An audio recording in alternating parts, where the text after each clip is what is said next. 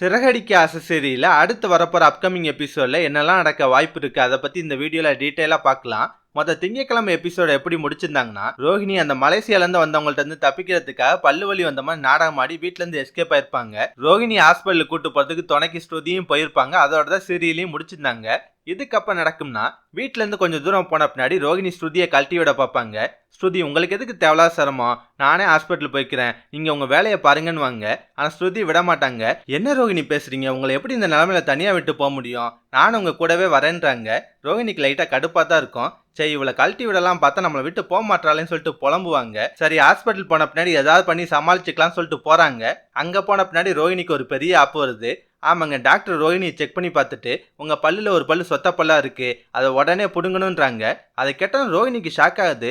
Doctor, அதெல்லாம் ஒண்ணு வேணாம், நீங்க டேப்லெட் கொடுங்க, அது போதும், இல்லைன்னா ஒரு இன்ஜெக்ஷன் போடுங்க, பல்லெல்லாம் புடுங்க வேணான்றாங்க. ஆனா டாக்டர் விட மாட்டாங்க. இல்லம்மா, அந்த பல்ல அப்படியே விட்டா சொத்த எல்லா பல்லுக்குமே ஸ்ப்ரெட் ஆயிரும், அதனால உடனே அந்த பல்ல புடுங்கி ஆகணுன்றாங்க. கூட ஸ்ருதியும் சேர்ந்துட்டு, டாக்டர் இவங்க பயத்துல வேணாம் தான் சொல்லுவாங்க, நீங்க புடுங்க, நான் இவங்களை புடிச்சுக்கிறேன்றாங்க. ரெண்டு பேருமே சேர்ந்து வலுக்கட்டாயமா ரோஹிணிக்கு அந்த பல்ல புடுங்கி விட்டுறாங்க. ரோஹிணிக்கு இது வேணும் தான். அதுக்கப்புறம் நடக்கும்னா, முத்துக்கு ரோஹிணியோட நடவடிக்கைலாம் பார்த்து ஆல்ரெடி சந்தேகம் வந்துச்சு. அந்த விஷயத்த மீனாட்ட அவர் சொல்ற மாதிரி சீன் வச்சிருப்பாங்க. ஆமாங்க, முத்து மீனாட்ட சொல்வாரு, மீனா, பார்லர் அம்மாக்கு உண்மையிலே பல்லு வலிலாம் இருக்காது, அது இங்கேருந்து எஸ்கேப் ஆகிறதுக்கு தான் அப்படி ஒரு டிராமாவை போட்டிருக்குன்றாரு.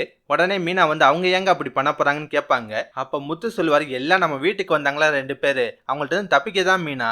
ஆமா மீனா, மலேசியா பத்தி அவங்க ஏதாவது கேள்வி கேட்டா அந்த பார்லர் அம்மா மாட்டிக்கும்ல, அதனால தான் இப்படி ஒரு டிராமாவை போட்டு தப்பிச்சிருக்குன்னு நினைக்கிறேன். ஏன்னா அவங்க மலேசியால இருந்து வந்திருக்காங்கன்னு தெரிஞ்சோன்னா பார்லர் அம்மா எவ்வளவு பதட்டப்பட்டுச்சுன்னு பார்த்தல.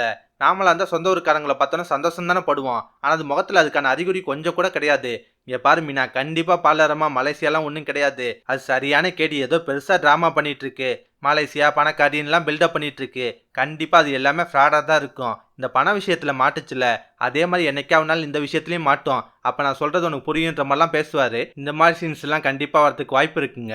ஒருவேளை இவங்க பேசுறத விஜயாவும் கேட்டாங்கன்னா விஜயா மனசுல இந்த சந்தேகம் வரும். விஜயா என்ன பண்ணுவாங்க, ரோஹிணிகிட்ட போய் நீ பணக்காரின்றதை நிரூபிச்சு காட்டு, உங்க அப்பா மலேசியால பெரிய பணக்காரன்றதை ஆதாரத்தோட எனக்கு நிரூபிச்சு காட்டுன்ற மாதிரிலாம் டார்ச்சர் பண்ண வாய்ப்பு இருக்கு. இந்த மாதிரி சீன்ஸும் வரலாங்க. இதெல்லாம் பத்தி உங்க கருத்து என்ன, சீரியல் இப்ப போற போக்க பத்தி நீங்க என்ன நினைக்கிறீங்க, எல்லாத்தையுமே கமெண்ட்ல சொல்லுங்க.